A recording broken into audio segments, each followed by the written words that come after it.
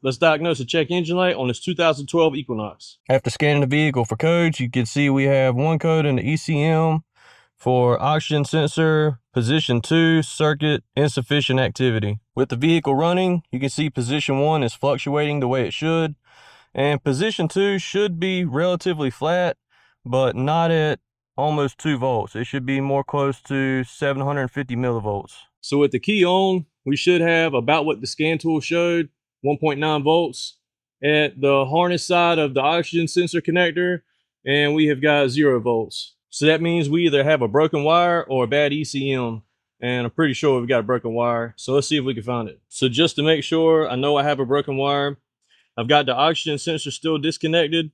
I've disconnected our ECM connector and shorted out that circuit that I want to test to ground.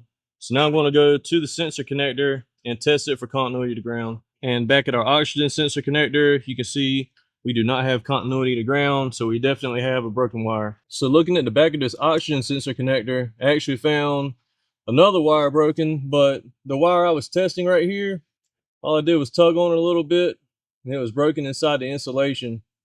Now, what most likely happened, you can see somebody's got this thing zip tied to the front cover. It probably wasn't always like that because it looks like someone recently put an oxygen sensor in. They probably repaired it at that point, but up until that point, this harness has probably just been sitting here swinging around because the other wire harness retainers are broke as well, and it allowed these wires to flex and break. And just to recheck to make sure we don't have any other breaks anywhere, I'm just going to connect to this circuit, and you can see we've got about 0 ohms, which is perfect. So we've actually got a ton of these terminals. So what I'm going to do is just make a new pigtail for it. So I've got some TXL wire, our terminals. I'm going to reuse the weather packs, and let me show you how to do this. All right, so to start out with, I'm going to put this weather pack on the wire. You don't want to forget that. Next, we're going to take and skin back the insulation just long enough for it to fit within this crimped area right here. So we've got to make 2 different crimps. The first one is going to crimp the terminal to the wire, which is this one right here. So we're just going to slide the wire in like that, crimp it down. So it should look something like this when you're done with that crimp.